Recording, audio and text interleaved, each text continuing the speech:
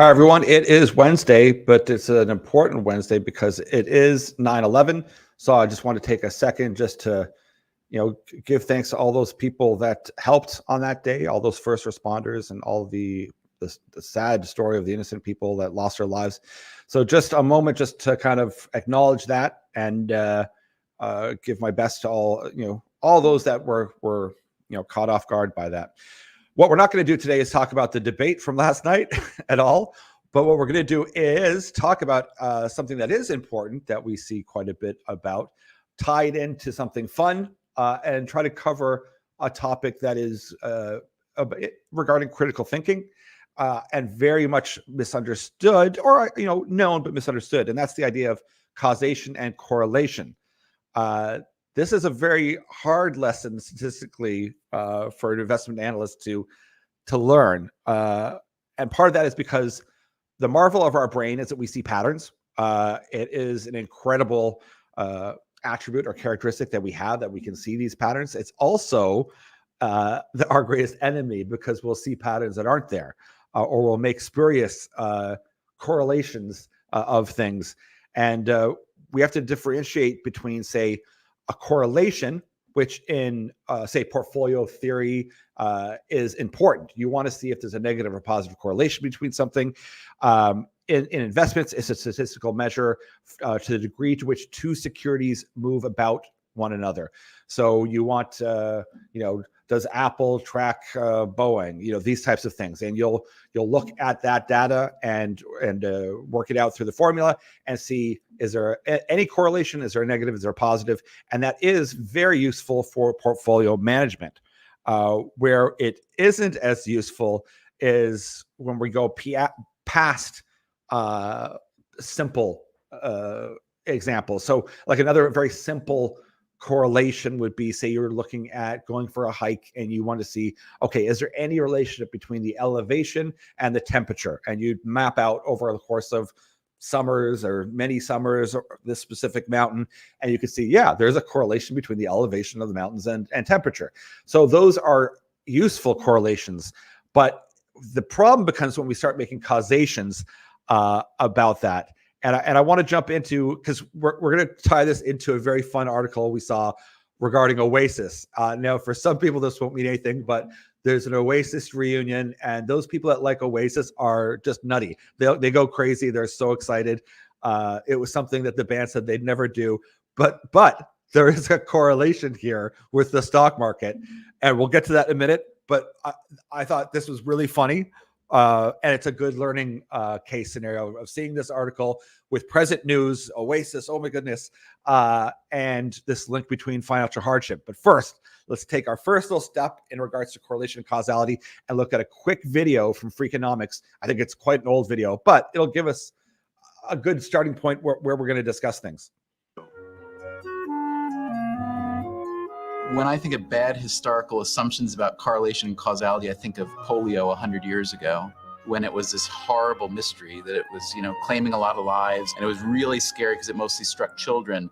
And there was a strong line of research that suggested that ice cream caused polio, that ice cream consumption caused polio. Here comes Mr. Softy, the soft ice cream man. The creamiest soft ice cream you get from Mr. Softy. The reason that correlation was thought to be causal was that polio spiked in the summertime for reasons that really weren't very well understood, but it did. And ice cream sales spiked during the summertime. So these researchers had seen that whenever there was a lot of ice cream being sold and consumed, there was a lot more polio. And so there was really literally the beginnings of this kind of ice cream persecution to try to stomp out polio. And it sounds ridiculous, but you see it all the time now, people trying to fight against or build up something that they're sure is connected to something else, which it turns out just isn't. Okay, we'll stop there. And before we go into that, because that's someone might look and go, well, that's absolutely ridiculous. I mean, how could that possibly be that people would make that assumption? But this is how data is. What we have today, though, to help us with that is we have algorithms, we have big data, and it used to be that you had analysts just run models and theories and scenarios to see if they could find these patterns. Now we can do it at rates that are incredible. But just kind of like with AI and generative, whatnot, AI, it's more important just than just the data is what is the data actually telling us? Like, are these spurious? Are they ridiculous? Just because there seems to be a relationship for a short period of time or whatever period of time, is that caused because of it? And we see this in the news nonstop, and not because of maybe there's some misinformation purposely put out that they make these correlations, but also it's just kind of lazy. And people like to think that there's a cause for something to happen, and we'll see it all the time. Housing starts increased, which means that this went down. And no, we don't. There isn't exact evidence that that's the case. We could say that, well, it seems that the probabilities of this occurring, then maybe this. But people get used to hearing these things in the news, and they think, oh, when we're in a business cycle and this happens, then this happens. And if it was that simple, everyone would be making money and doing very well. But that's not the case. And this isn't to make people feel disillusioned by news headlines or people saying, oh, gold went up today because of this. You just read it and go, oh, maybe that probably had some impact. You could learn this very easy if you looked at hedge funds like I did years ago, let's say at Merrill Lynch, and you realize that someone's holding a position of XYZ stock. Some news comes out that's of no interest, or maybe it is some interest, but yet the stock drops. And people go, oh, it's because of this. Well, it could be a million different reasons. It could also just be that XYZ hedge fund has a short position elsewhere. They have to liquidate a winner, so they just did. Or that they had a time frame in their own head that they wanted to hold this stock, and then they just got rid of the position, moved along. You don't know, but if it's a big enough position, it can have an impact on the market. And that's very unsettling for people to think that all these factors in our market are coming to play whenever we can just say, oh, new housing starts mean this. Certainly economics has gotten better, and it's not only economics that this happens. This correlation effect happens in everything, happens in science all the time. But let's just jump into some funny ones here before we get into Oasis to give people a bit of an idea of where this can take us. So there's a great website here. It's called TylerVigen.com, Spurious Correlations. So we'll scroll down through a couple of these, and I'll just kind of, say them here, like annual U.S. household spending on pork and the Lululemon stock price. Well, look at that. So if you're looking at it as just data, you go, okay, I just have to go track how much pork is being eaten, and then I can either short or buy Lululemon stock. I'm going to skip down to some really funny ones. The number of movies Will Smith has appeared in correlates with electricity generation in Kosovo. Now, there is some divergence here as well in this graph, but you can see there is some correlation. And now, once again, this sounds ridiculous, but the graph and the data is showing us otherwise. UFO sightings in Utah and patents granted in the U.S. Some people, you could come up with all sorts of reasons as to why this is occurring, but it's nonsensical. And just scrolling through a couple more, I'm going to just go to say the distance between Uranus and the sun correlates with the global count of operating nuclear power plants. That might start going off since we're getting a lot more nuclear power plants coming online. But anyways, you get the drift. There's a huge difference between this idea of something correlating and then it being caused by this. And this is where people get tripped up all the time. And this is where, I can tie it back to the debates. We hear people making arguments about things like, I could say albinos built America. You go, well, that's not necessarily true. I mean, I could probably find one albino that did help build a railway or something or a mine in America. And then you could logically say, yes, they did help build. Now, it's such a fraction of a number that's statistically inconsequential, but you can make that claim. You can state that. And we see this in news all of the time. Of this wild out there thing, but no, there is an association. So I can make that claim. I can say that this did this. And people do this disingenuously all the time. It's been ramping up, especially, since the mid 2000s, whenever the US controversially allowed propaganda to be used against their own citizens. We see that in Canada as well. And part of that too. I mean, that's a whole other conversation. But people need to control the dialogue. And as we've got social media, we've got ability to research for ourselves. That control of dialogue has become very, very difficult. And then we get into the whole realm of misinformation and a fight between how much money do you have to promote an idea and global acceptance of that idea. And it also, unfortunately, leaks into, things like you see Taylor Swift is backing this politician. I mean, this is actually a news headline I saw on Bloomberg. I mean, this is so irrelevant. And I'm shocked that this has become news. It's saddening when you look at the state that we're in, that some entertainer, pop singer, their views on politics will actually genuinely affect some people. And that's a poor state of where we're at. And why does that matter? Once again, when it comes to markets, well, markets are made up of people. And that control of the message does matter. So let's kind of jump into a Harvard Business Review thing, which talks just about this.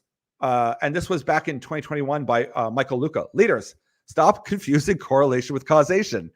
And it's a great little article. It's not long. I would urge people to go read it. We won't go through too much of it, but it'll look at things like the Washington Post in 2020 said, a review of spending on state and local police over the past 60 years shows no correlation nationally between spending and crime rate. Now, of course, you'd know that is absurd, just intuitively. And you go, well, how could it possibly be that the data shows that? And it goes, well, that correlation is misleading. So this is once again a misleading or misinformation, either purposefully or just the writer had no idea. An important driver of police spending is the current level of crime, which creates a chicken and egg scenario. So causal research has in fact shown that more police lead to reduction in crime. So it's the exact opposite. And you can see how that interpretation or the asking of the right questions becomes critical when you're analyzing any statement. What if it's just devoid of just the sheer data? Asking the questions is very important, and that ties into the whole generative AI, chat bots, chat GTP. The way you ask the question is going to matter. How you interact with these tools that we have, and also realizing that these tools have been given certain data to make it biased. And we've seen that with Gemini. We've seen that with ChatGPT. I mean, I won't even bother getting into those. You can research those and look into those on your own time. I would say they're funny, except that they're so nefarious and harmful. And that's part of a further conversation that people will have to have in regards to data. And then, this all ties into where we are today with so much chaos, so much going on, so many narratives conflicting and promoted. It's hard to get through what is real and what's not real, and then also to remove our own bias, because we're going to want to see these patterns. We're hardlined for it, and then if we have a belief that we feel like we want to defend, then it comes in even harder. I mean, I bang my head against the wall continuously because it sounds like we're doing this energy transition. It seems like we're going ahead, yet they're not funding mining, acknowledging that this needs to be done. That is no end to the frustration. And I ask, and luckily I get to interview a lot of CEOs and presidents, and I ask them all, whether in the interview or after the interview, and they all reflect on the same thing, is that this frustration as to, well, we don't know where they think they're going to get this material. We don't know why they're not funding it. We don't know why major pension funds in Canada or the major amounts of money aren't flowing in to try to harness these materials so we can actually do this transition. And then on top of that, because we're in this very small space in mining, we see each other at events, and it's a very small community. Most of the people that are probably watching me have some background in mining as well, and have followed me for some degree. And we're trying to reach out to new people, but it's tough. It's tough because their imprint of what mining is and what they're told in school, what they've been told, say, from the Canadian government, is the exact opposite of what's needed and what's required. And that's a lot of effort to be able to change that narrative over. And when we're over on this side and looking at certain news flow and looking, say, at debt levels and go, well, how come, say, even at the debate yesterday, no one wants to talk about this debt crisis, this debt level. And that's a concern we see on our side of kind of alternative news. If you're looking at like Stansberry Research, or if you're looking at Kitco, the debt is always a discussion. And part because it's true. There's like enormous debt. And one shakes their head and goes, how come no one wants to talk about this? And why is this not an issue? Well, we'll just jump into this very quickly and take a look at JP Morgan. I'll send you the link as well if you send me an email. We get a newsletter from them all the time. So what risks do high debt levels and wide deficits really pose? So they look at this article here, and it goes over all of the debt, saying the S&P Global downgraded the debt in 2011. We see the projection of the budget suggests $2 trillion deficit this year, the ratio over 120% by 2034. Highest debt levels will increase borrowing costs. We see the borrowing costs going up. And this is an interesting read to kind of go through. I won't bother going over every step of this, but let's just kind of go down to where they kind of let us know that this isn't a risk that they're concerned about. They don't believe that this is something we need to really worry about. Deficits remain wide and debt levels continue to rise. Part of the problem is that any type of reform would be like raising taxes would be onerous, and they want to, and often printing of money helps to increase growth and could increase productivity gains, and we see that with AIs and tools and whatnot. But that they don't believe that there's any reason why in the U.S. it's an issue, and the long and the short of it is because they own the printing press. And when they talk about this, they say it's not an issue for the U.S. because they can print more. They can. It becomes an ownership for other companies because they're based off the U.S. dollar. But for the U.S., it isn't. It really isn't an issue. And they see it a bit as a lost leader. Now, they do hearken and do kind of highlight a little bit about this BRICS issue. And they say, well, there is an implication if the BRICS association becomes more significant and becomes a threat, a true threat. I think that they don't necessarily feel that it is a true threat. There is, of course, lots of conversation. It's something that's covered on this side of the conversations, not mainstream, more than it is anywhere else. And once again, I think because generally the big investment banks don't feel that the US dollar won't ever be the main go-to. And that even if there is a challenger in the BRICS, how strong will it be? And I think there's a lot of fairness to that. I mean, even if they announce in October that we're doing a new currency, we're coming off the system, or in part, they can't just fully come off. They just won't. The amount of trade they do is enormous. But even if it was 10%, which would be enormous, what does that actually look like? And yes, the article mentions as well, you should be looking at gold, which we like to talk about, gold and silver. These are things that you should be. But as far as the debt itself, they just don't find that it's a narrative that really is worth pursuing. So, I mean, I'd love to see your thoughts. Now, a lot of people will fight against that narrative because we're over on one side looking at data and saying, how could this not be an effect? How could this not matter?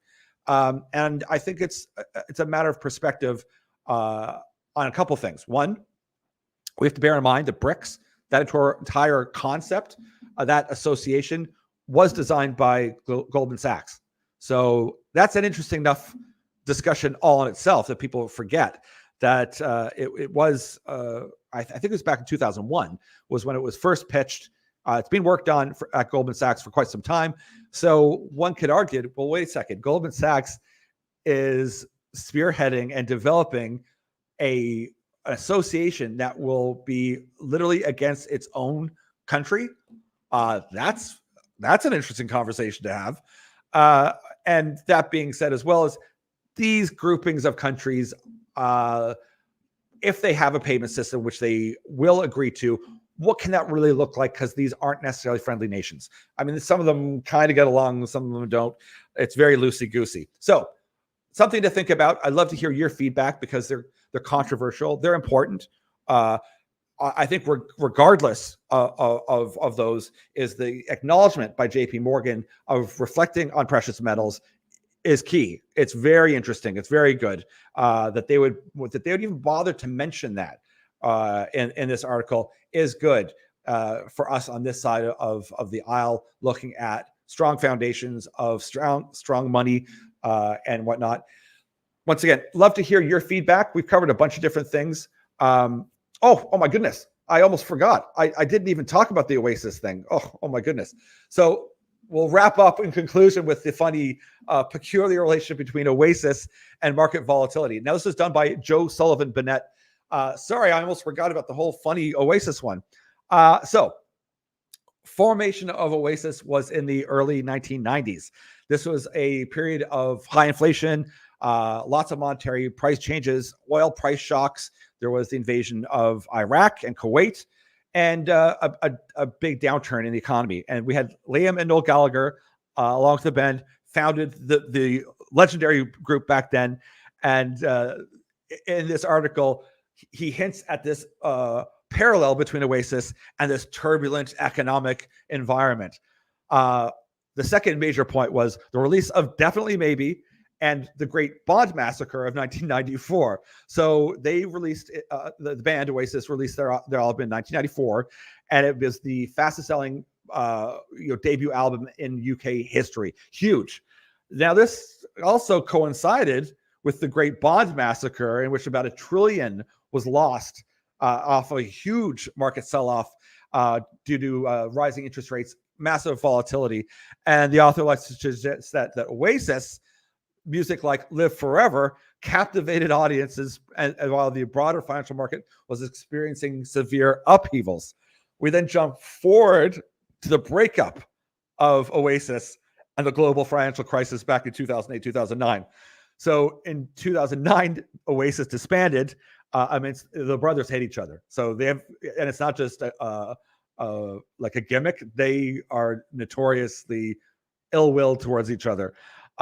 So the timing of their breakup, the markets began to recover, once again coinciding with a period of financial turbulence, solidifying the band's association with extreme market volatility. The author highlights the irony of the breakup aligning with this pivotal moment in financial history.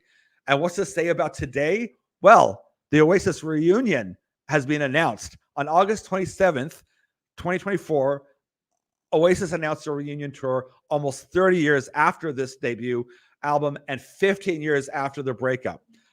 What could this mean to the market? This is maybe the most important question. Anyways, so that's a great fun article that shows correlation. So what's it? Maybe it's telling us we're in for trouble. Like that this is the big sign. But anyways, a bit of a laugh. I hope you enjoyed that. If you like Oasis, hang on, because maybe there are troubled times ahead.